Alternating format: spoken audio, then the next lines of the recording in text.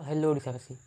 तो बीजेपी कहला जे जदि से सरकार को आसे तो ओडिशार वृद्धा एवं विधवा मानू भत्ता टंकार से किसी वृद्धि कर भत्ता को बढ़ईदेव।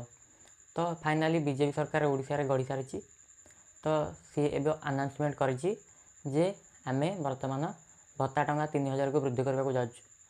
तो आज टॉपिक होचे या तो भत्ता टंका केते वृद्धि होइछि एवं केउ केउ माने पाई परिबे एवं केउ मानकर भत्ता वृद्धि होइछि आसंतु जानिबा। तो आज्ञा जदि वीडियोटी भल लागुछि तो लाइक एवं सब्सक्राइब कर दियंतु एवं वीडियोटी को फुल जाए वाच करंतु। तो हेलो फ्रेंड्स, तो ये देखंतु ये आसी जाइए आमर वेबसाइट टी आपको ये जरिया देखुची। तो लिखाई ये कौन ना 3000 टंका हेब भत्ता सूचना देले मंत्री नित्यानंद गंड। तो ये देखंतु ये लिखाई बढ़ भत्ता टंका को 3000 टंका को वृद्धि कर नहीं घोषणा कर सामाजिक सुरक्षा मंत्री नित्यानंद गंड। तेरे क्यों वर्गर भत्ता बढ़ा से नहीं कौन सी निर्दिष्ट सूचना मिलना। तेरे वार्धक्य भत्ता, विधवा भत्ता और दिव्यांग भत्ता को गुरुत्व दिज्व बोली सूचना देते।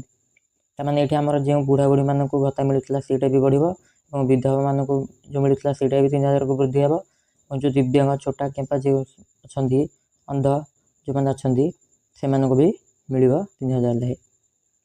तो ये तले लिखा विभिन्न वर्गर भत्ता बढ़ावा को सरकार चिंता कर विभिन्न विभाग अधिकारी ये नहीं आलोचना जारी रही।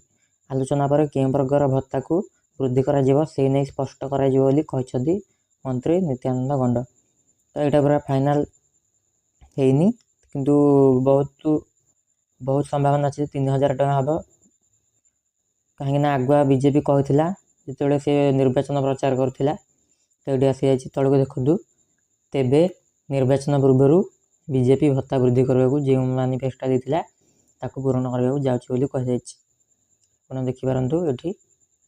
तो आज थिला ये टॉपिक। तो जदि वीडियो भल लगे लाइक एवं सब्सक्राइब करंतु।